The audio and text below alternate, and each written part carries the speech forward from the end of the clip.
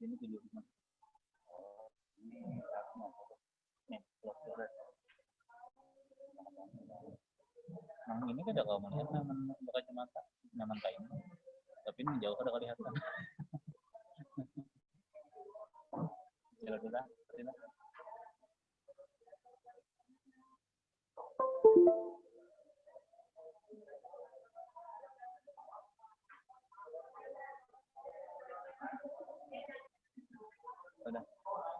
5, 10, 15 ada yang satu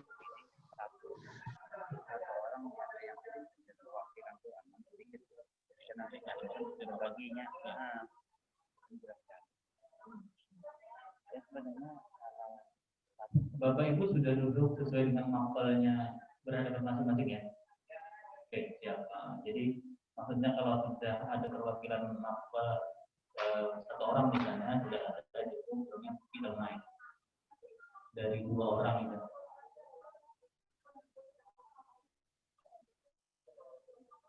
Yang kapit A sudah lengkap, kapit B 1, 2, 3, 4. Yang bidang studi apa itu yang kosong sebelah itu yang siapa? Ada orangnya? Yang itu apa? Ekonomi. Untung ada aplikasi kami sini Pak. Ada berita. Sudah ada yang akan jadi di awal. Udah bisa. Yang ini tinggal ini kalau mau apa bisa rusak dulu ya. Kasuin itu. Jadi situ ya. Ya udah Tujuannya. Lu kenapa jadi balok ini? Siang udah lock ini nih Kurangnya. Gue sudah konfirmasi kemarin. Udah. Udah nih, udah masuk. Ini tak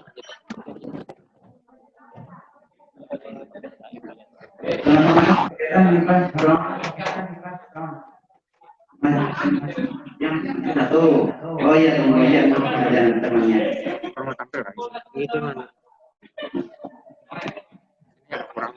Oh, jadi kenapa gerak? Itu lah di situ.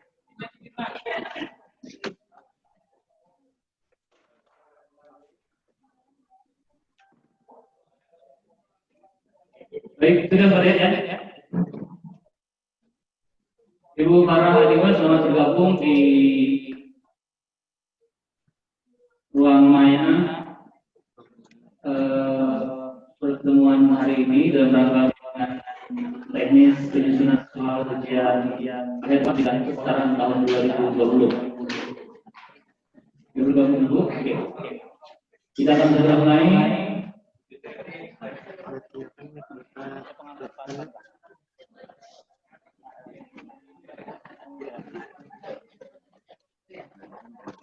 Oh ya, ini materi dulu.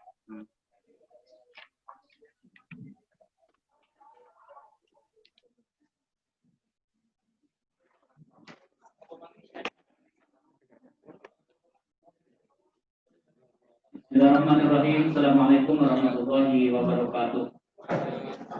Ini berpokoknya. Alhamdulillahirabbil alamin. Allahumma shalli ala sayyidina Muhammadin wa ala alihi wa sahbihi wa barik wa sallim ajma'in. Yang sama-sama kita hormati Ibu para adibah yang dalam hari ini di pagi hari ini akan menjadi narasumber kegiatan kita. Bapak Ketua Panitia yang sudah sebagai TKN Provinsi Kalimantan Selatan, Pak Muhammad Syukani, Ibu Bapak sekalian yang berbahagia, bagi dan menjadikan kembali kepada Allah Subhanahu Wa Taala di kesempatan pagi kita bersama memberi kegiatan kita pada pagi hari ini sampai jam 6 kepada dengan Nabi Muhammad Sallallahu Alaihi Wasallam. Tidak berpanjang kata Ibu Bapak sekalian, kita akan bersama dengan narasumber kita dari Messenger Ibu para Adibah. Sebelumnya izinkan kami menyampaikan biodata beliau. Ini kita sapa dulu Barahnya. Assalamualaikum Bu Barah. Bisa di... Ya, waalaikumsalam Pak. Belum keluar suaranya. Halo? Halo Pak.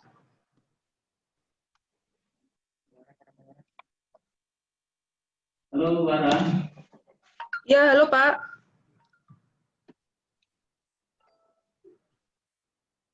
Halo?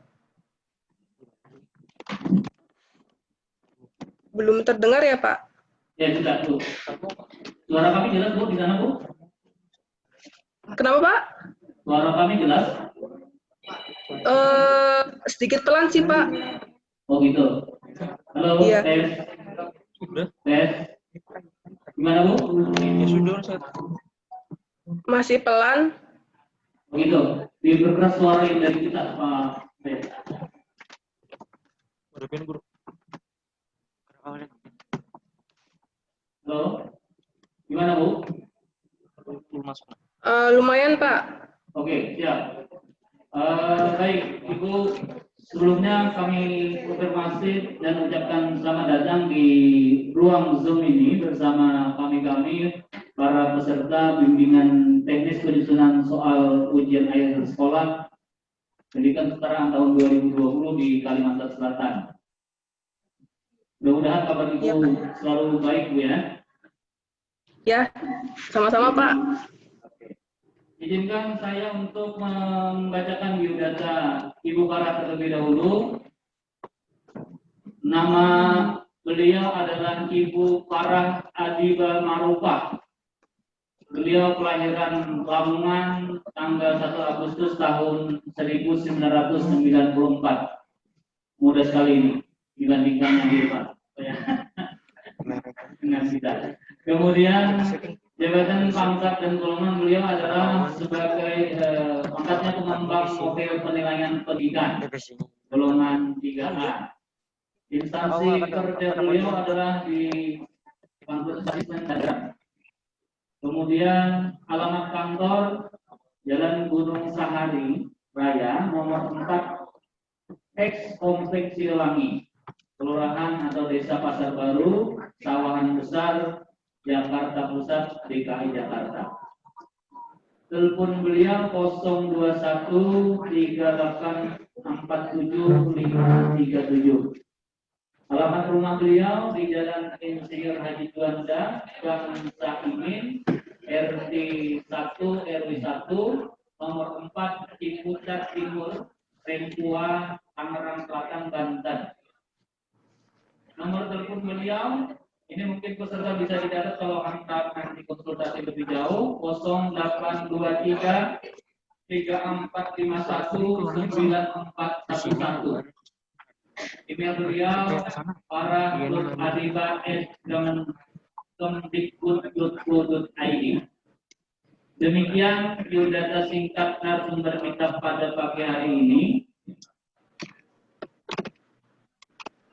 Ibu Farah berdasarkan jadwal nanti bisa dikonfirmasi dengan panitia. Di jadwal kami ini di pagi ini tercatat dari jam 7 waktu Indonesia Barat sampai dengan pukul 10 waktu Indonesia Barat sesi 1. Dan selanjutnya nanti bisa dikonfirmasi dengan panitia ya Ibu Farah ya. Iya, iya Pak. Oke. Tidak berpanjang kata, Ibu Farah bersama kita pada kesempatan kali ini sebanyak 56 peserta kegiatan, 14 orang dari paket A, 16 orang dari paket B, dan 26 orang paket C. Jadi alhamdulillah pada kesempatan pagi ini, tolong sesuai dengan arahan yang disampaikan oleh pusat, semua terhadir. Ada 1-2 orang yang memang belum bisa berhadir di pagi ini, seolah nanti siang bisa berhadir bersama kita mendengarkan paparan dari Ibu Farah. Pengajar saya seperti itu Bu Farah, silahkan untuk lanjutkan waktu dan tempat dipersilakan. Bisa jadi bisa. Baik, terima kasih Pak Moderator atas waktu yang diberikan. Mohon izin untuk menyampaikan materi pagi ini. Ini apakah sudah pesertanya sudah duduk semua, Pak? Ya, alhamdulillah sudah Bu, sebagian ada sih 1-2 lagi yang belum, tapi secara keseluruhan perwakilan mata pelajaran sudah ada. Oke, baik. Jadi bisa dimulai ya, Pak ya?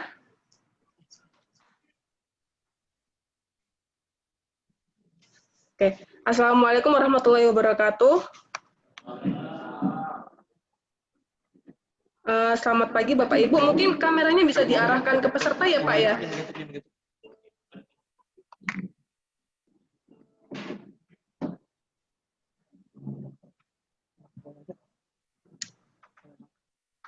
Ya, oke. Baik. Oke, sudah duduk semua ya. Baik, selamat pagi Bapak Ibu semua. Perkenalkan saya Farah dari Pusat Asesmen dan Pembelajaran.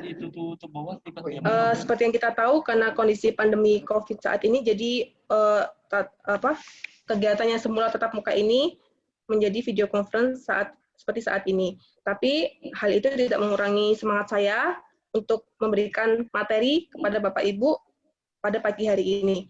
Bapak Ibu, gimana kabarnya hari ini Bapak Ibu? Sehat ya Bapak Ibu ya? Ya, jangan lupa jaga kesehatan, ikuti protokol kesehatannya ya Bapak Ibu ya, karena ini kan kita sama-sama menjaga supaya COVID ini juga segera berakhir sehingga kita bisa kembali normal kembali. Jadi jangan lupa jaga kesehatannya, seperti itu. Baik, untuk mempersingkat waktu, mungkin saya langsung memberikan materinya saja ya Bapak Ibu ya.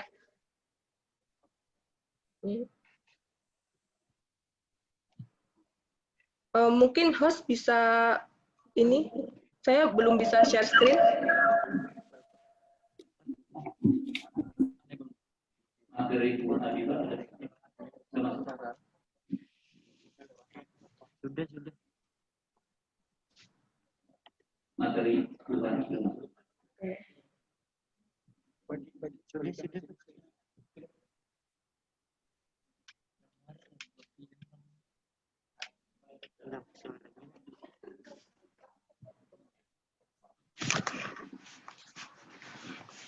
Baik, saya langsung mulai materi pagi ini. Apakah suara saya terdengar dengan jelas, Bapak Ibu? Ya, jelas Bu. Jelas ya, Bapak Ibu ya. Nanti kalau misal ada yang tidak terdengar, mungkin nanti bisa dikomunikasikan ke saya ya, Pak ya. Siap. Ya, baik. Nah, pagi ini kita akan mulai materi dengan penulisan soal. Nah, penulisan soal ini mungkin Bapak Ibu sudah sering ya. Mungkin Bapak Ibu sudah berpengalaman dalam penulisan soal. Gimana, Pak? Enggak. Lanjut ya. Mungkin Bapak Ibu sudah memiliki pengalaman, sudah banyak pengalamannya, mungkin lebih banyak pengalamannya daripada saya dalam menyusun soal ini. Jadi mungkin saya hanya kita sama-sama berdiskusi saja, sama-sama belajar. Jadi saya tidak ada maksud untuk menggurui, kita saling berdiskusi saja. Nanti kalau misalnya Bapak Ibu ada yang ingin ditanyakan atau ada yang ingin diklarifikasi mungkin dari materi penyataan saya nanti, pernyataan yang saya sampaikan dalam materi ini mungkin Bapak bisa menyampaikan ke saya. Jadi diskusi saja ya Bapak Ibu ya. Kita jangan tidak terlalu formal juga, tapi serius seperti itu ya Bapak Ibu ya. Baik. Nah, kita langsung saja ke alur pengembangan bank soal. Jadi kan di Pusmenjar ini kan kita produk soal ya. Maaf sebentar Bapak Ibu.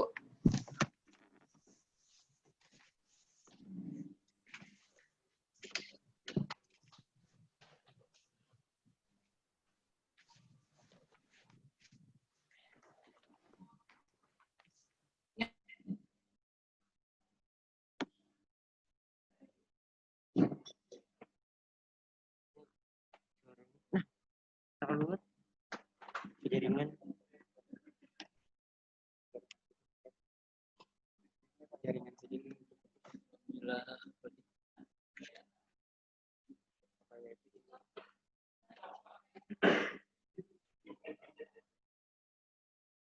Eksternal. Coba cek lah. Masuk adanya. Iya. Cek lah. Cek lah. Ya, buruk ya. Cek lah. Masuk adanya lah. Ada yang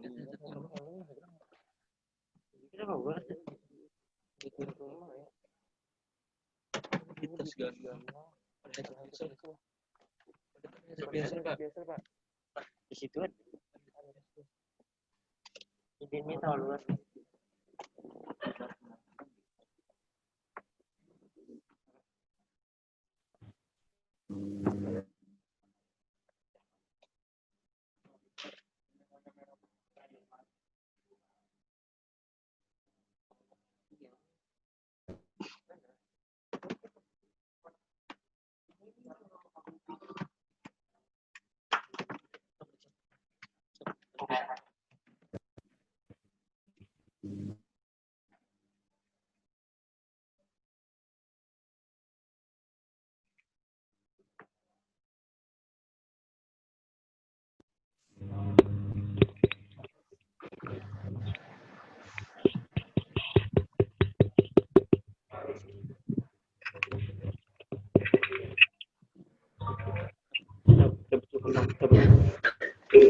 Maaf Bapak Ibu tadi sedikit ada gangguan, saya terlempar tadi.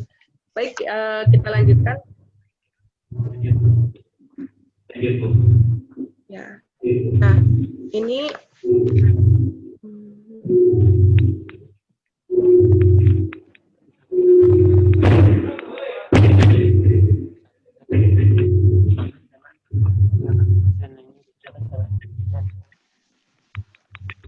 baik, kita lanjutkan.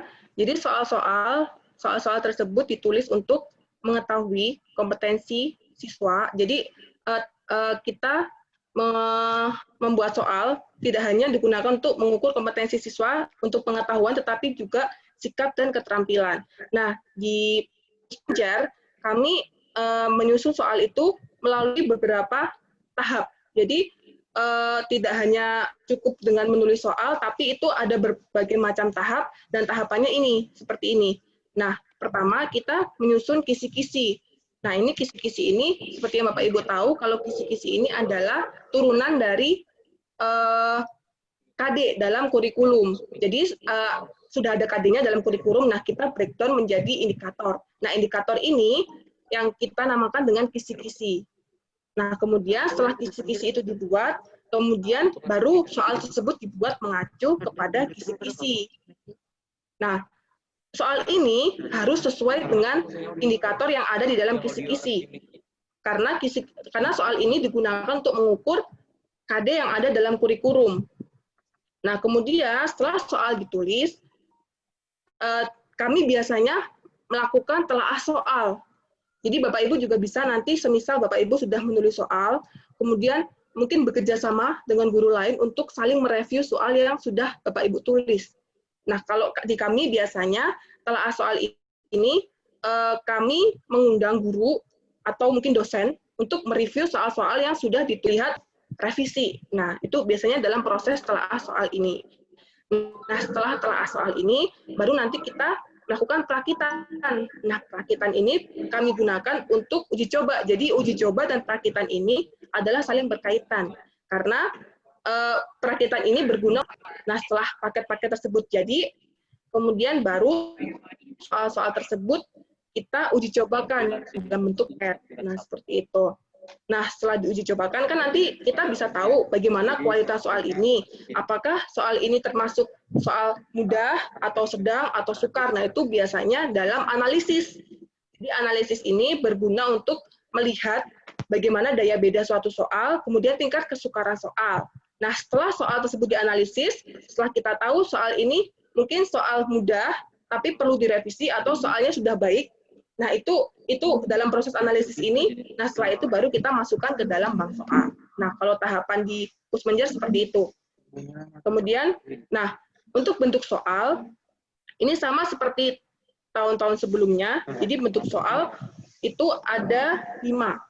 Nah, mungkin Bapak Ibu sudah sering mendengar bagaimana pilihan ganda, kemudian isian atau jawaban singkat, esai, menjodohkan, PG kompleks. Nah, untuk menjodohkan ini, kalau dulu mungkin mindset-nya menjodohkan tuh hanya untuk SD gitu. Mungkin ada Bapak Ibu yang memiliki mindset seperti itu.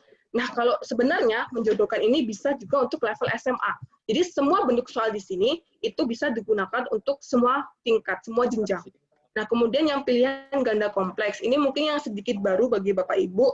Jadi pilihan ganda kompleks ini terdapat dua jenis. Satu itu, yang pertama itu adalah memilih jawaban lebih dari satu. Jadi hampir sama dengan pilihan ganda, tapi kalau pilihan ganda kan hanya satu jawaban benar.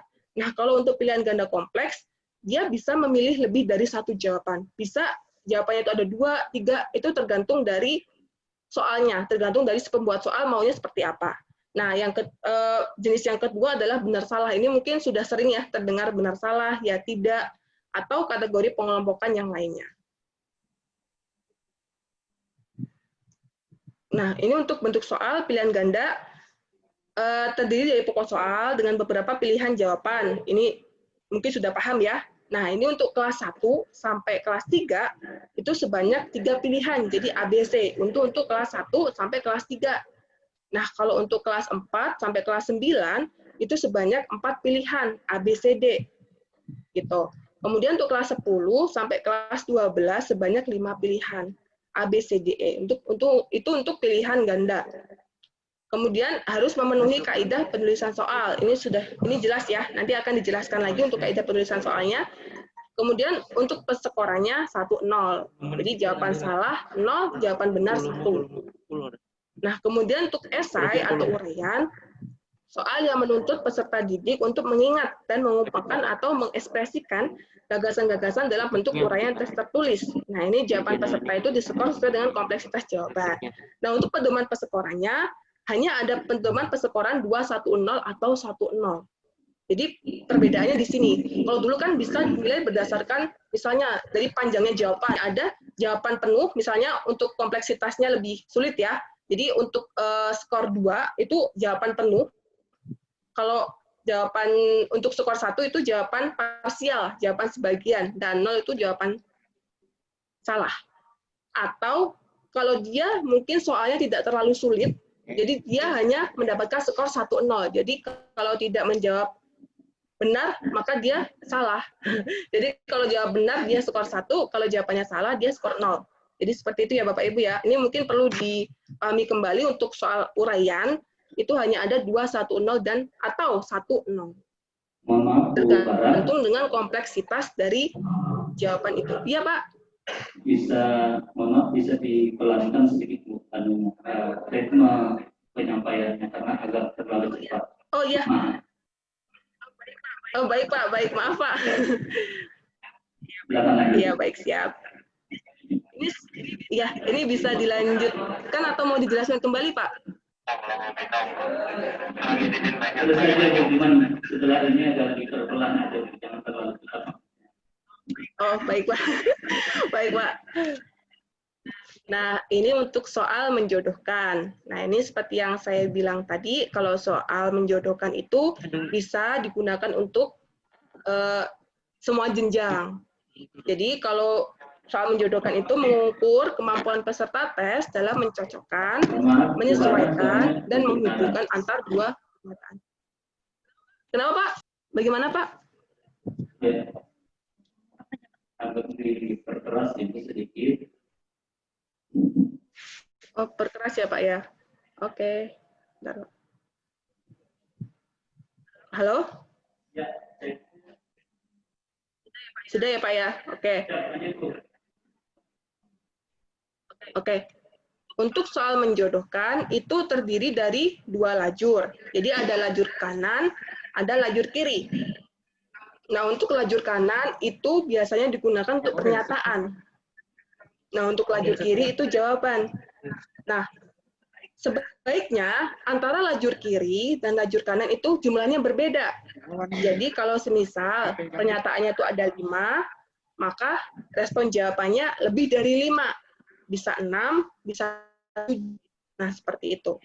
Kemudian yang isian atau jawaban singkat itu menuntut peserta tes untuk memberikan jawaban singkat. Nah, ini biasanya untuk pertanyaan-pertanyaan yang dia mungkin siapa, gimana, Nah, untuk pertanyaan-pertanyaan yang dia membutuhkan jawaban yang singkat. Jadi pokok soal bisa dalam bentuk kalimat tidak lengkap atau dalam bentuk kalimat tanya. Kalau tidak lengkap biasanya bla bla bla adalah titik titik titik. Nah, kalau kalimat tanya yang tadi siapa, di mana, untuk soal-soal yang membutuhkan jawaban singkat. Nah, ini untuk bentuk soal PG kompleks. Nah, terdiri dari pokok soal dengan beberapa pernyataan. Nah, ini minimal 3 untuk PG kompleks. Jadi ada soal, ada pernyataan, minimal 3 pernyataan. Nah, pernyataan diberi tanda centang pada kotak yang disediakan. Kalau dia ada, kalau misalnya dia bisa, kalau dia kertas biasanya kan bisa tanda centang. Tapi kalau dia bentuknya seperti di laptop. Nah, ini jika jumlah pernyataan 3 sampai 5 dengan 2 pilihan jawaban diberi skor 1. Jika jumlah pernyataan lebih dari 5 dengan lebih dari 2 jawaban diberi skor 2 bila semua jawaban benar. Jadi gini, kalau semisal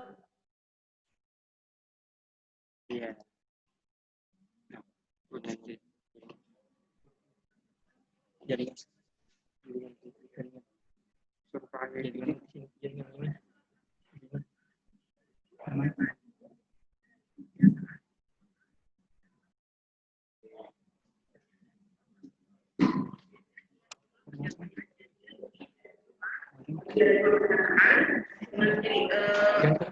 maka skornya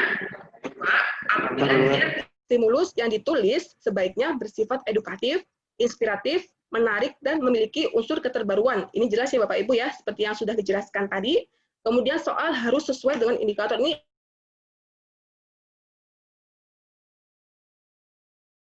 indikator. Karena kalau tidak mengacu ke indikator, maka soal tersebut belum dianggap soal yang baik. Dan soal itu tidak bisa digunakan untuk mengukur kompetensi yang ada di KD kurikulum. Nah, seperti itu. Kemudian, penulisan soal harus sesuai dengan kaidah penulisan soal. Ini jelas ya, Bapak Ibu ya. Kemudian, stimulus dalam bentuk gambar, kalimat, slogan, dan kutipan tidak mengandung unsur iklan promosi. Ini juga harus diperhatikan sekali. Semisal Bapak Ibu ingin, misalnya nih Bapak Ibu ingin membuat stimulus tentang misalnya Gojek atau Grab gitu ya mungkin. Nah, itu sangat tidak disarankan kata-kata tersebut ada dalam stimulus. Kalau bisa diganti yang lain, misalnya ojek online seperti itu, karena kita tidak menginginkan adanya unsur-unsur iklan komersil yang ada dalam stimulus tersebut. Gitu. Jadi kita nggak mengiklankan, tapi kita hanya mencari inspirasi dari produk tersebut seperti itu.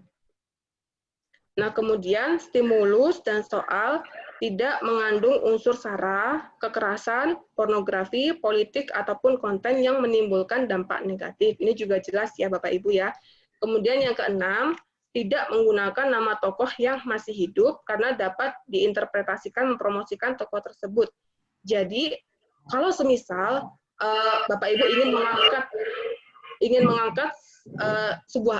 mengangkat seorang tokoh. Jadi kalau bisa tokoh-tokoh tersebut mungkin sudah meninggal.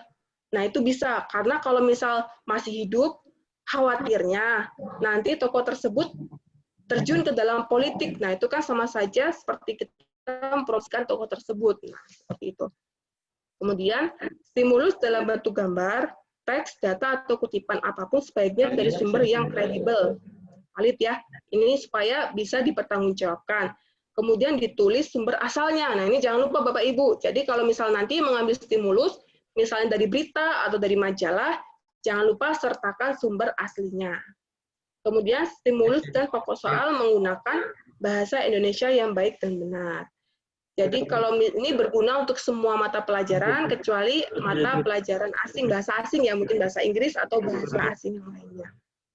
Kemudian pada stimulus yang sama, butir soal sebelumnya bukan merupakan jawaban untuk pertanyaan soal berikutnya. Jadi misalnya ada stimulus, ada soal, kemudian mungkin jawabannya apa gitu ya. Kemudian soal kedua, pada jawaban soal pertama, bagaimana bla bla bla nah, tidak diperkenankan ya Bapak Ibu ya, karena itu akan merugikan siswa. Jadi kalau dia tidak bisa menjawab soal nomor 1, otomatis dia tidak bisa menjawab soal nomor 2. Nah, itu tidak diperkenankan ya Bapak Ibu ya, seperti itu.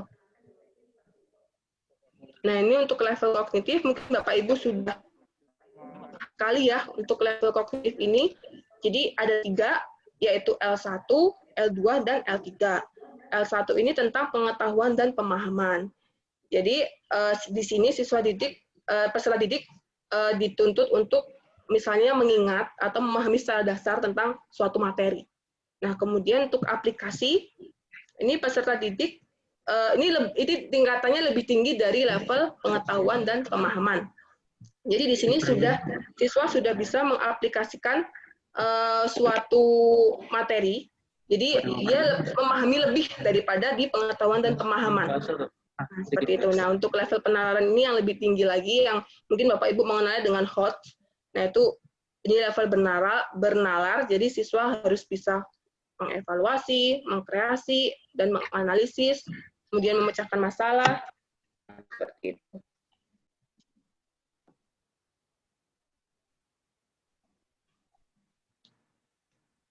Nah, kemudian ini kaidah penulisan soal. Nah, untuk pilihan ganda, mungkin ada yang sudah pernah membaca atau mendengar kaidah penulisan soal. Pertama, soal itu harus sesuai dengan indikator. Ini jelas ya Bapak Ibu ya. Jangan sampai Bapak Ibu membuat soal yang dia mungkin tidak sesuai dengan indikator.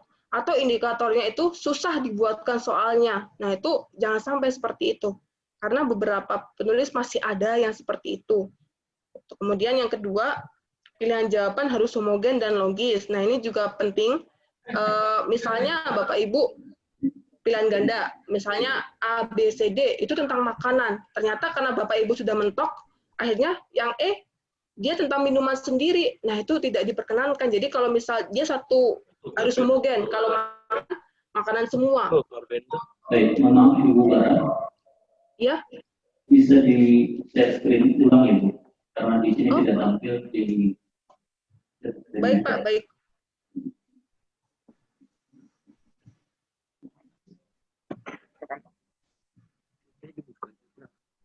Sudah Pak?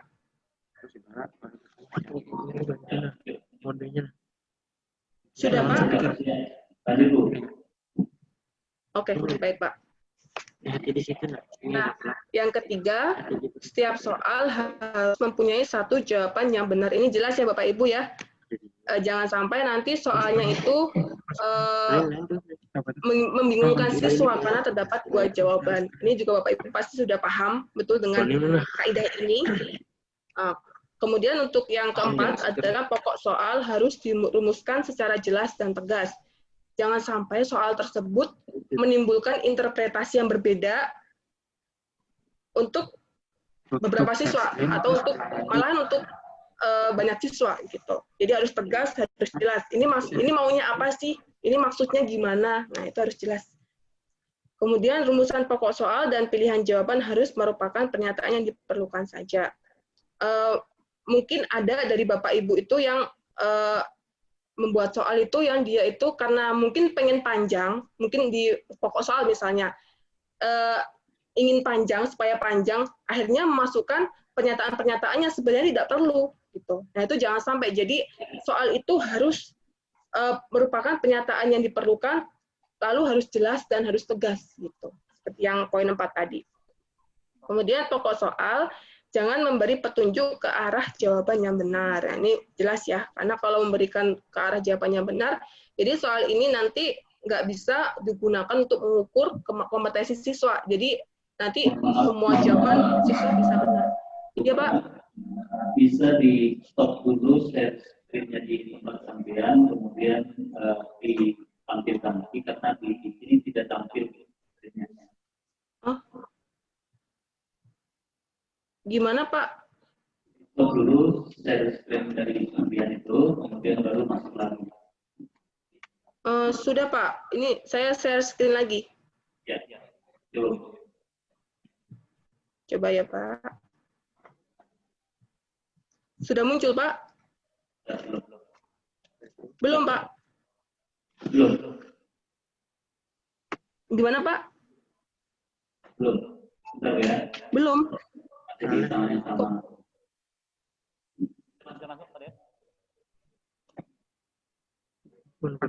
Partisipan bersih balik kamu. Garis kanan. Coba ulang. Sudah Pak, sudah muncul. Ulangi lagi. Ulang lagi. Ulang. Ulang lagi, Pak. Ulang lagi Pak. Diulang lagi. Oke, saya ulang.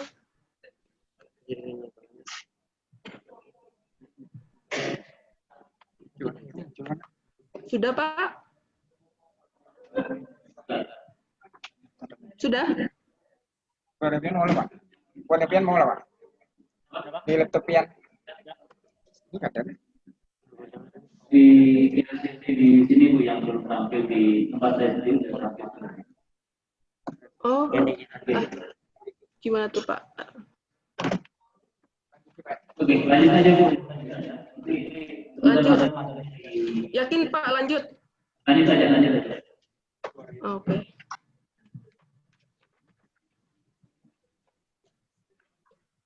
Baik, kita lanjut ya. Untuk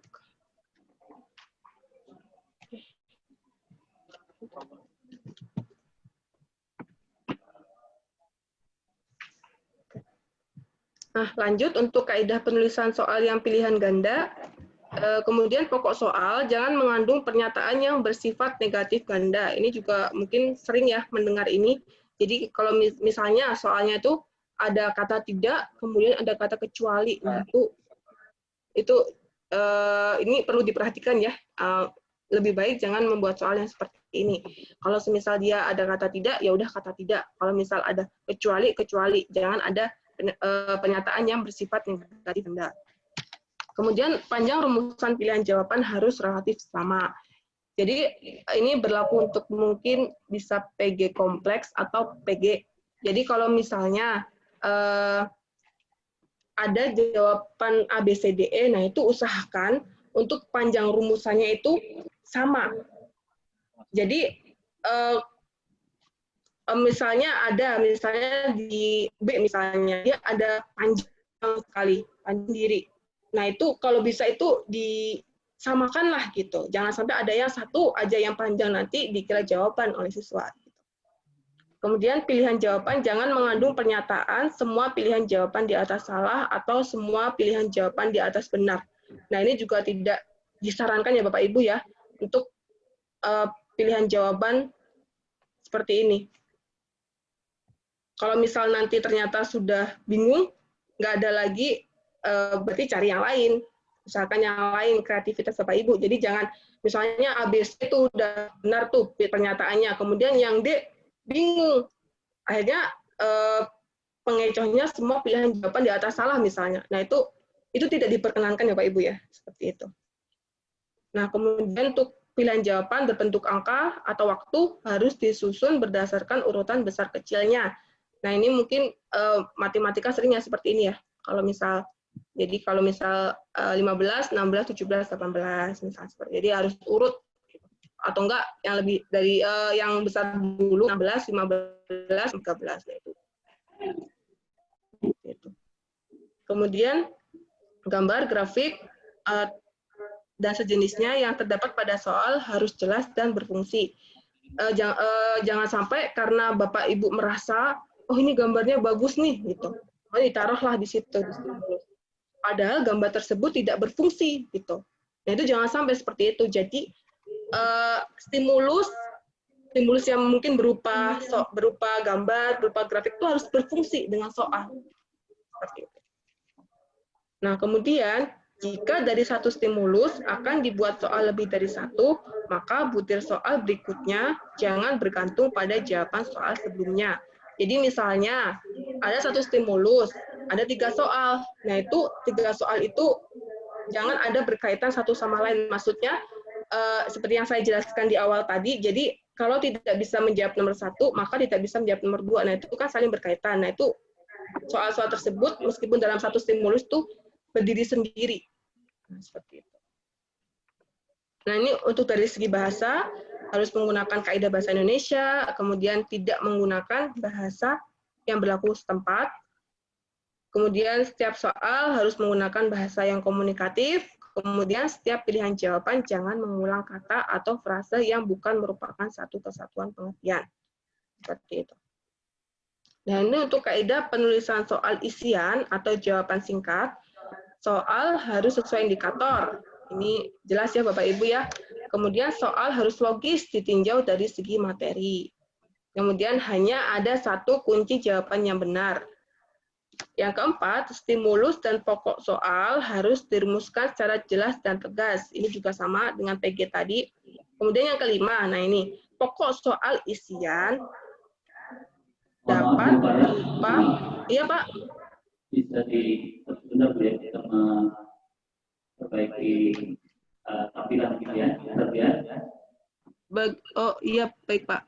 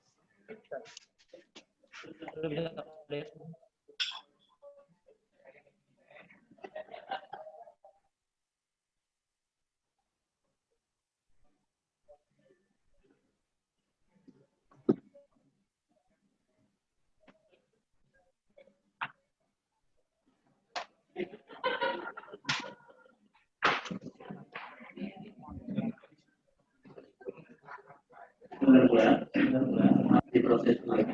Iya Pak.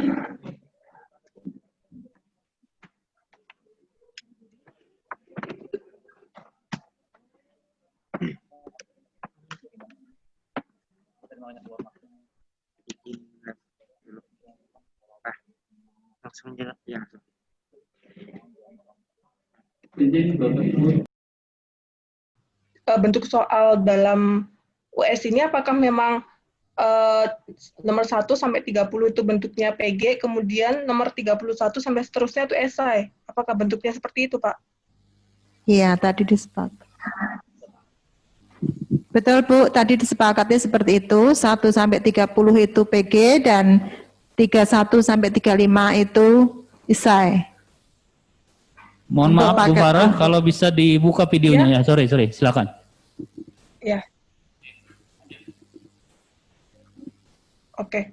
Karena kalau yang model seperti itu kan mungkin model yang lama ya, yang tahun lalu. Sementara kalau untuk yang tahun ini, kalau di kami itu bentuk soalnya itu sudah bermacam-macam, termasuk PG kompleks. Tapi kalau memang disepakati seperti itu, tidak masalah. Nah, tadi untuk yang atas nama Bu Yuyinah ya, Bu ya. Tadi saya kurang paham sih untuk gradasinya, Bu, karena kan tidak tertulis juga yang mana L1, L2, L3.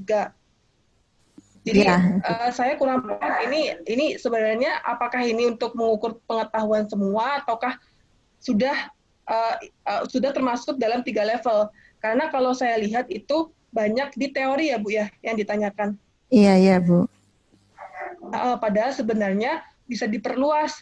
Contohnya ada gambar orang menari tadi. Kalau misal kan seperti yang saya jelaskan tadi pagi itu, kalau lebih baik itu ada stimulus. Jadi misalnya Ibu ingin mengangkat tari tadi yang di nomor berapa tadi kan ada tari. Nah tari itu dijelaskan ini tuh tarinya bagaimana, ada teksnya menjelaskan tentang tari itu. Nah kemudian baru dibuatkan soalnya. Nah itu lebih baik Bu. Jadi siswa itu dapat sesuatu dari tari ini. Ini tuh apa sih maksudnya? Jadi ada pengetahuan baru yang didapat siswa ketika membaca tentang tari tersebut. Nah, di samping dia menjawab soal seperti itu, Bu. Oke, Bu. Oke, terima kasih untuk masukannya. Kami nanti akan lebih, insya Allah, ke depannya lebih bagus lagi karena ini memang ya tadi pakai sistem SKS tadi, Bu. Sistem kebut sehari. Hebat loh, Bu, sudah bisa dapat berapa soal itu, Bu? 35 ya, Bu ya? 35, Bu. Dua paket biasa. lagi kan, paket utama sama paket susulan. Oh, luar biasa ya, Bu ya. Ya. Iya, luar biasa, Bu. Ya nggak apa-apa, Bu. Mungkin nanti untuk next time, kalau misal nanti ada penulisan soal lagi, mungkin bisa dicoba dengan adanya stimulus, kemudian nanti ada soal seperti yang ada dalam contoh tadi tuh, Bu. Gitu. Oke, terima kasih, Bu. untuk Oke, terima kasih masukannya. Bu Farah. Bu Ita ada memberikan masukan? Silakan Bu.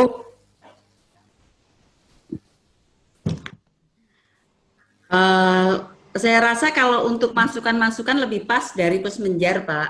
Kalau Oh, gitu. di kami kan hanya kebijakan-kebijakan saja. Kalau monggo dilanjut. Kebetulan Oke. tadi juga saya kepental keluar nih, Pak, sinyalnya di lagi. Iya, sama Bu, di sini juga keluar masuk nih. Oke, terima kasih sekali lagi kepada kawan kita yang telah memberikan presentasinya. Kita berikan aplaus sekali lagi. Baik, yang kedua silakan Pak Muhammad Hermansyah dari perwakilan Pakit B dengan mata pelajaran PJOK. Dipersilakan, Pak.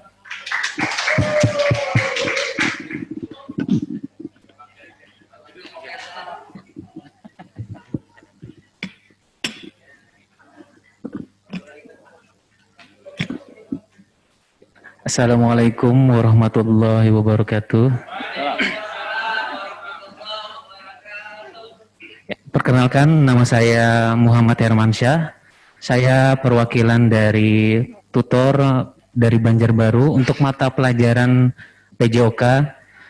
Terima kasih kepada Bapak Moderator, Bapak Arbain dan Bapak Muhammad Arifani. Terima kasih kepada Ibu Rita dari Dit PMPK dan Ibu Parah Adiba dari Pusmenjar. Sebenarnya begini, Bu, ini adalah pengalaman pertama saya untuk membuat soal seperti ini. Ini adalah suatu tantangan bagi saya, bagaimana cara mengolah soal dan supaya anak didik atau warga belajar itu bisa mengerti apa yang kita sampaikan. Ini saya hanya menyampaikan dua kisi-kisi saja dari soal yang saya buat. Apabila terdapat kesalahan dari pembuatan soal saya mohon maaf yang sebesar-besarnya.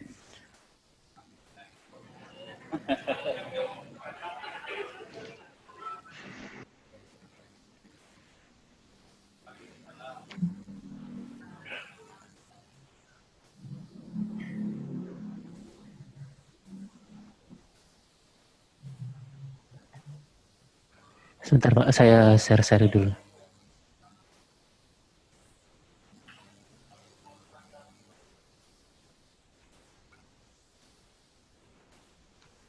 Ini.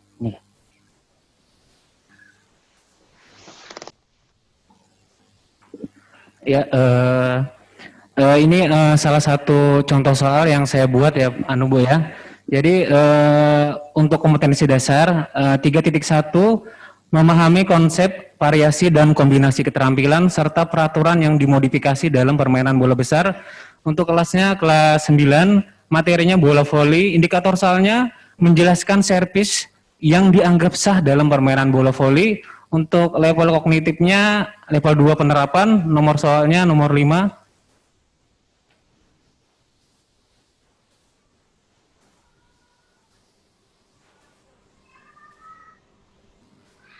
Soal nomor 5, servis merupakan serangan pertama dalam permainan bola voli. Perhatikan beberapa pernyataan berikut secara seksama. 1. Servis dilakukan dari belakang garis atau belakang. 2. Servis melakukan lambungan tinggi dan lompatan yang tinggi sebelum memukul bola. 3. Take off. Lompatan server dilakukan dari atas garis akhir atau belakang. 4. Bola hasil pukulan servis melaju kencang dan tidak melewati tiang servis. 5. Bola hasil servis jatuh di daerah sendiri. Pernyataan yang berikut yang berakibat servis dinyatakan sah adalah, maka pernyataan yang benar itu adalah jawaban B, karena servis dilakukan dari garis belakang itu benar. Nomor 2 itu benar, nomor 3 juga benar, yang salah dan nomor 5. Terus untuk yang kisi-kisi kedua,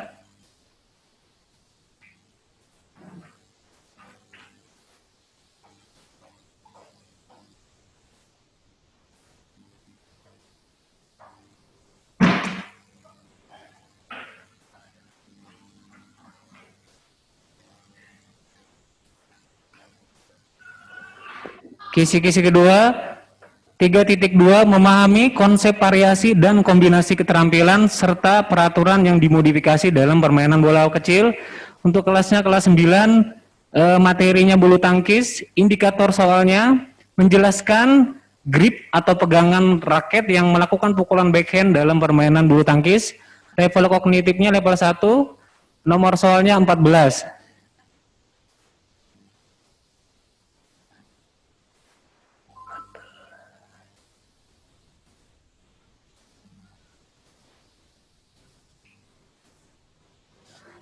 Soal nomor 14, jari tangan yang paling berperan mendorong raket saat melakukan pukulan backhand adalah A. Jari manis, B. Jari tengah, C. Jari telunjuk, D. Ibu jari. Jadi jawaban yang benar adalah D. Ibu jari. Mungkin itu saja presentasi untuk kisi-kisi soal dari saya. Apabila ada salah hilap dalam perkataan saya mohon maaf yang sebesar-besarnya. Sesudahnya saya kembalikan kepada moderator. Terima kasih. Pak Hermansyah bisa ditampilkan nggak kisi-kisinya secara keseluruhan biar bisa dilihat oleh Ibu Farah? Kisi-kisinya cuma Begitu, berdua. Terus soalnya? Soalnya saya bikin kemarin itu cuma berdasarkan mengambil itu aja, pakai kisi-kisi kemarin. Oh, enggak. Bisa nggak ditampilkan soalnya aja? Biar dilihat ibunya.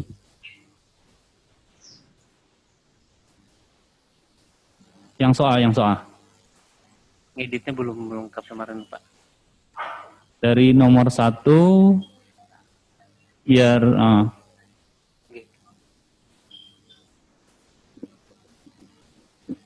Oke. Ini belum teratur, Pak ya? Iya, belum teratur. Oke. Baik, terima kasih Pak Hermansyah. Beri aplaus untuk Pak Hermansyah. Bu Farah. Ya, Pak. Ini yang dihasilkan oleh teman-teman dari paket B, khususnya mapel PJOK. Mungkin ada masukan, Ibu? Ya, Pak. Sebentar, mungkin bisa turun lagi, Pak, untuk melihat keseluruhan soalnya, Pak. Turunkan, Pak.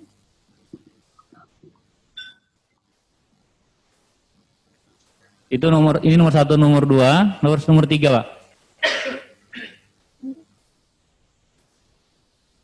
3, nomor 4, nomor 5, oke, nomor 6, ini nomor 9, kemudian nomor 10, nomor 11, nomor 12, terus nomor 14, 15, 16, 17,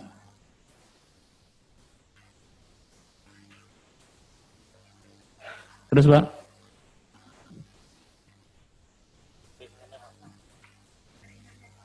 Jaringannya.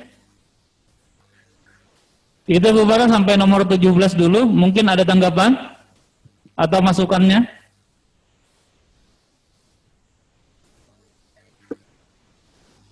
Nah. Halo, Bu Farah? Iya, Pak. Oke, gimana Bu? Iya.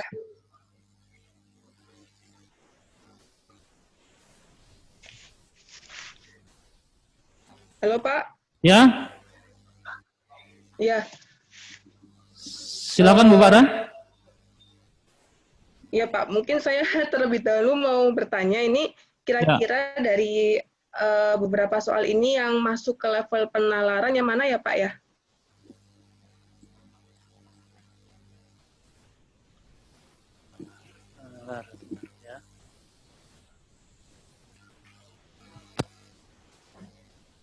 Level penalaran.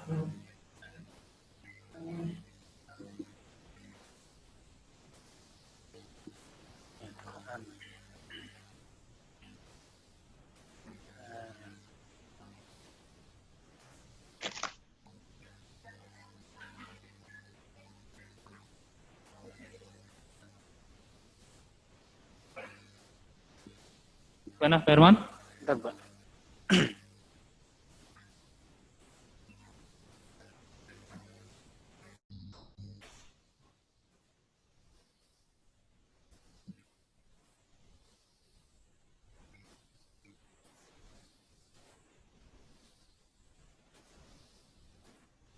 Gimana Pak? Sudah? Tadi sempat terputus Iya Bu. suaranya. Ada, Pak. Sudah bisa, Pak. Udah. Ujung saya hilang, Pak. Ya, silakan Bu.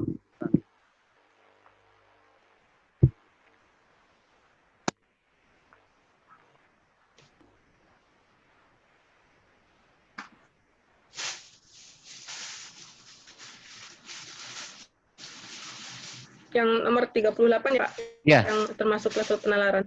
Oke, bentuk latihan untuk meningkatkan flexibility adalah A. Cium lutut sambil duduk dan berdiri, split, sikap payang dan gerakan peregangan lainnya.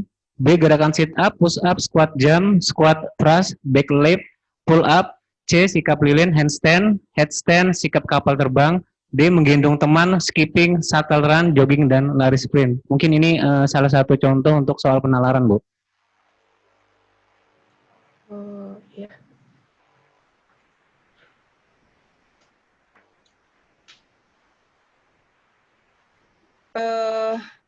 Ya, karena mungkin waktunya juga singkat ya Pak ya. Jadi seperti yang mungkin tadi Ibu yang pertama tadi juga saya akan menyarankan untuk ada stimulus, kemudian baru ada soalnya. Jadi kan kalau semisal langsung seperti ini kan kelihatannya tuh baru masuk L1 atau L2 seperti itu. Tapi nggak apa-apa kalau ini saya lihat secara keseluruhan tadi sudah lumayan bagus ya, ada beberapa soal yang dia sudah ada stem pokok soalnya, jadi nggak langsung ke soal, jadi sudah ada mungkin suatu pernyataan yang mengacu ke soal, maksudnya mengacu, jadi ada apa ya, ada stem pokok soal yang yaitu bisa digunakan untuk memancing siswa seperti itu. Jadi sudah lumayan bagus, tapi untuk soal 38 ini kalau menurut saya pribadi mungkin belum penalaran ya Pak ya, nanti mungkin bisa diperbaiki. Tapi untuk keseluruhan sih sudah lumayan sih Pak untuk soal Bapak Herman. Seperti itu. Tapi mungkin tuh kisi-kisinya tadi untuk yang kisi-kisi yang pertama itu kan indikatornya menjelaskan, tapi ketika saya lihat soalnya ternyata dia menentukan. Nah, mungkin KKO-nya nanti bisa dirubah yang awalnya menjelaskan menjadi menentukan, karena dia kan menentukan, posisinya bukan menjelaskan, seperti itu. Ya. Oke. Cukup Bu Farah? Ya Pak, sudah. Oke, terima kasih. Beri aplaus untuk Bu Farah dan Pak Hermansyah. Baik, yang berikutnya kita akan dengarkan paparan presentasi dari Pak Teguh dari perwakilan Paket C dengan mata pelajaran kimia. Kepada Pak Teguh dipersilahkan.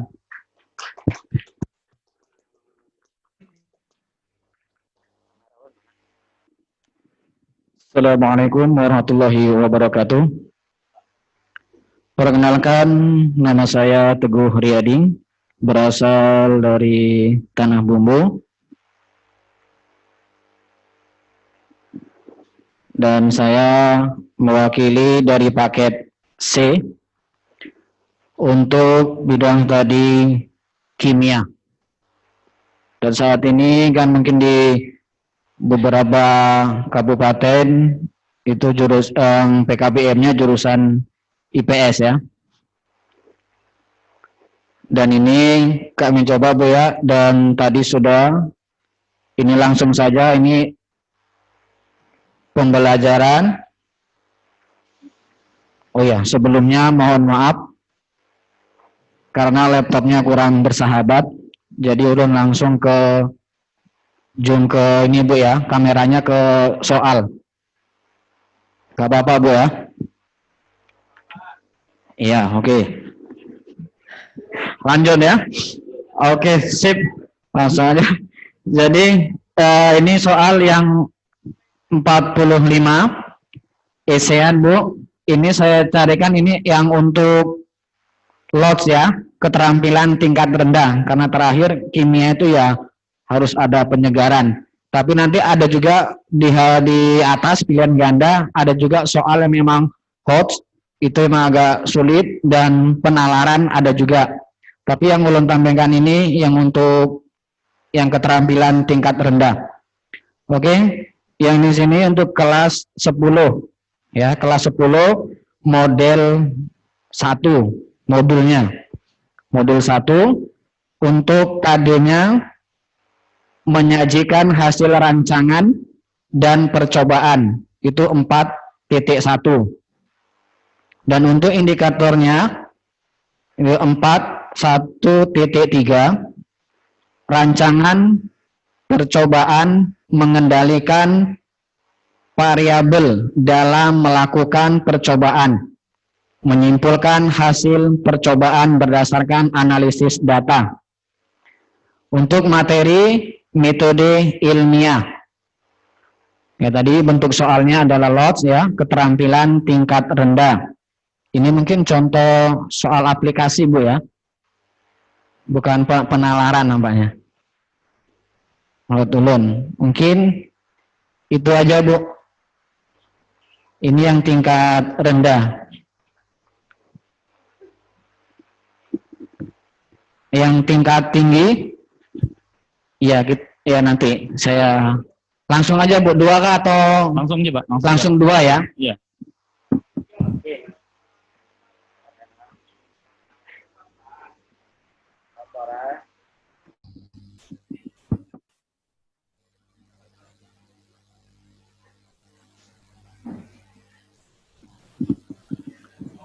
Tes. Lanjut Pak. Iya. Ini nomor 35. Cermati gambar proses penyebuhan logam pada sendok berikut. Nah, ini adalah bentuk soal penalaran. Jadi siswa itu untuk memperhatikan gambar dan penalaran. Di sini reaksi keseluruhan yang terjadi pada proses penyepuhan logam tersebut adalah, nah, ini materi kelas 3. Ini kan biasa untuk praktek Bu ya. Jadi ini tingkat HOTS juga, dan contoh soal penalaran. Jadi ini materinya tentang elektrokimia ataupun larutan elektrolit ya. Mungkin ya kalau dijabarkan materinya agak susah nih Bu. Ini kan sebelum ini kan gurunya itu harus mempraktekkan uji coba dengan siswanya. Mungkin hanya ini saja Bu, ini bentuk-bentuk soal. Ini adalah bentuk soal penalaran yang HOTS dan tentang elektrokimia. Dan indikatornya adalah siswa bisa menjelaskan tentang proses penyembuhan logam dengan metode elektrokimia ataupun yang disebut elektrolisis. Terima kasih. Baik, terima kasih Pak Teguh. Beri aplaus untuk Pak Teguh. Iya, terima kasih.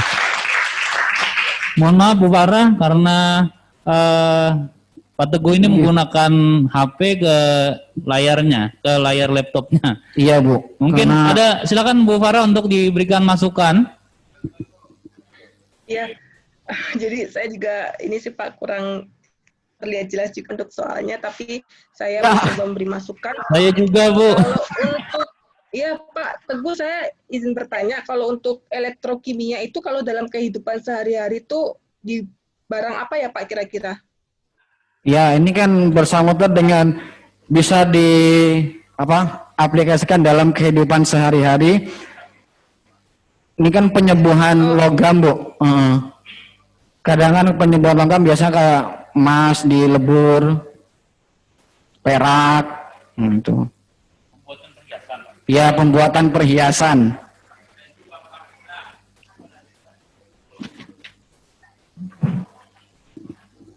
Begitu Bu Farah. Iya.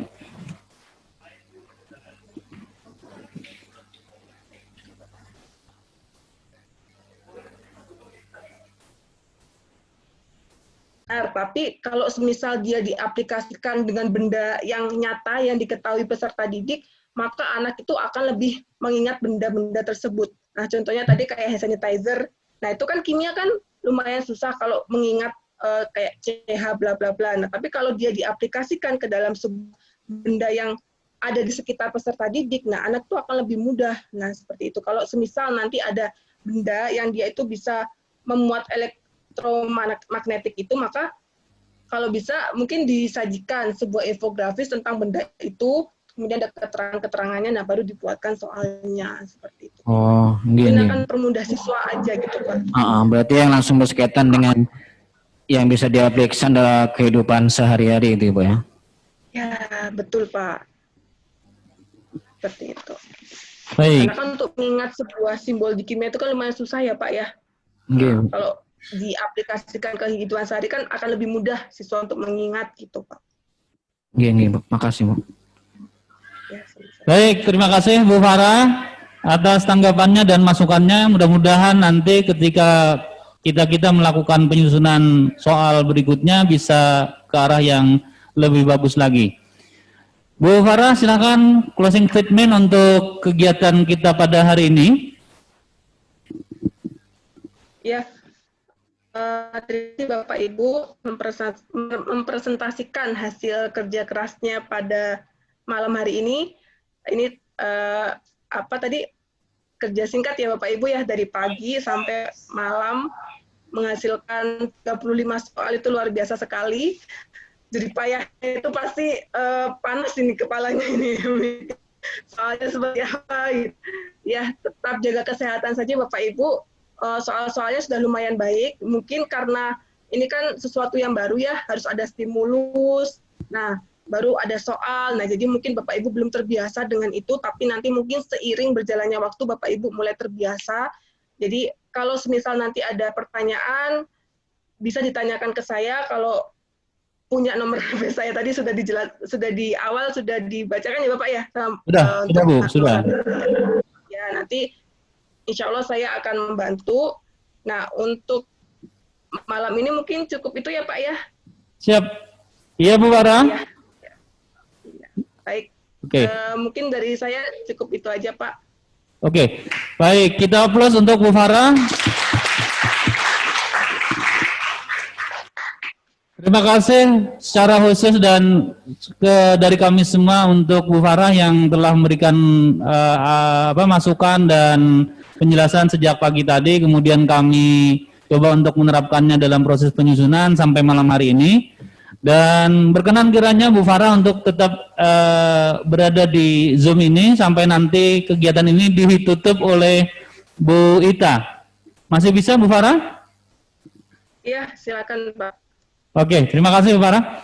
Baik Bapak Ibu sekalian, kita lanjutkan kepada Pak Rifani, silakan untuk di depan.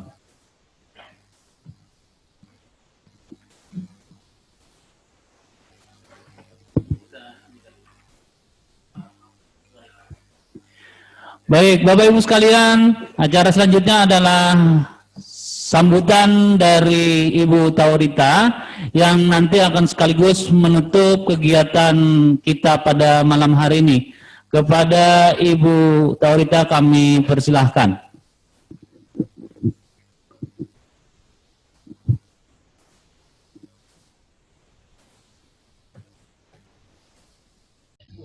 aja biar dikeluarkan ada ya, karena ini kita aja ada. Bu Ita, halo.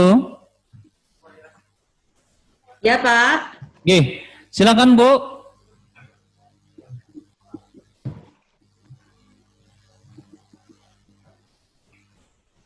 Baik. Ini langsung acara penutupan atau bagaimana Bapak?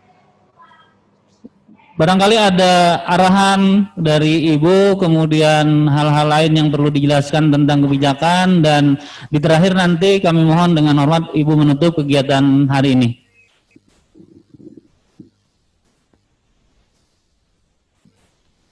Baik.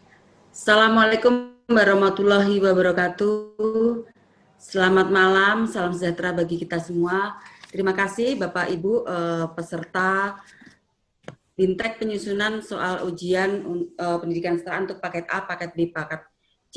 Kemudian terima kasih juga untuk Bapak Ketua Forum yang telah menginisiasi terselenggaranya kegiatan ini. Kemudian untuk juga panitia, untuk Ibu Farah dari Pusmenjar, terima kasih atas bimbingan dan arahan Ibu dalam satu hari ini tadi sampai dengan malam ini. Ibu dengan setia mendampingi teman-teman forum tutor se-Provinsi Kalimantan Selatan. Sehingga kegiatan ini bisa berjalan dengan baik, dan atas arahan Ibu, semoga para tutor ini, peserta ini bisa menyusun soal-soal dengan sesuai dengan yang kita harapkan. Dan semoga mungkin nanti Ibu masih, teman-teman masih bisa saling berkomunikasi dengan Ibu Farah dalam hal ini pihak Pusmenjar yang akan mengarahkan Bapak Ibu semuanya. Mohon maaf juga baru bergabung lagi karena tadi malam juga mohon maaf tadi malam karena juga buru-buru tadi malam itu kebetulan kami semua sedang ada kegiatan di Semarang, dan tadi malam juga kehadiran Bapak Haris Iskandar, mantan dirjen kita yang kebetulan mengisi, dan kami semua koordinator, subkoordinator diminta untuk bergabung. Sehingga tadi malam, mohon maaf sekali, tapi intinya itu tadi arahan dari untuk tahun ini, untuk Direktorat Masyarakat dan Pendidikan khususnya untuk fungsi kesetaraan, kita mempunyai PAKN, dan itu sudah kita lakukan dengan arahan dan bimbingan oleh pihak Pusmenjar, dalam hal ini Ibu Farah Adiba. Terima kasih Ibu untuk arahan dan bimbingannya untuk satu hari ini, dan mohon nanti Ibu masih tetap membimbing teman-teman ini, mengarahkan sehingga teman-teman ini bisa menyelesaikan soal-soal sesuai yang kita harapkan semua. Terima kasih juga untuk para panitia yang sudah memfasilitasi teman-teman tutor di seluruh Provinsi Kalimantan Selatan sehingga bisa melaksanakan kegiatan ini. Seharusnya memang kegiatan ini sampai dengan besok hari ya, Pak Ketua. Mudah-mudahan para ini teman-teman semua sudah bisa memahami bagaimana nanti alur dalam atau teknis dalam menyusun soal-soal ini secara baik dan benar dan sesuai dengan kurikulum yang selayaknya memang harus dilakukan. Untuk itu mungkin itu saja Bapak Ibu yang bisa saya sampaikan. Mungkin saya kembalikan ke moderator. Terima kasih. Silakan.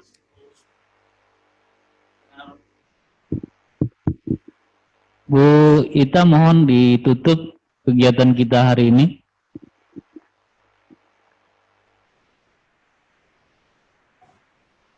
Baik, baik Bapak Ibu, terima kasih kegiatan selama 3 hari ini.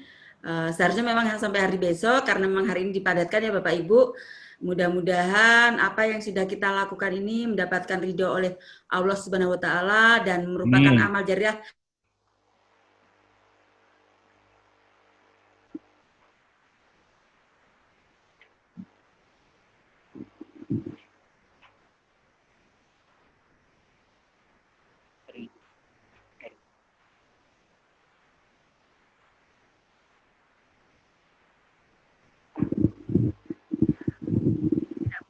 kita selalu niatkan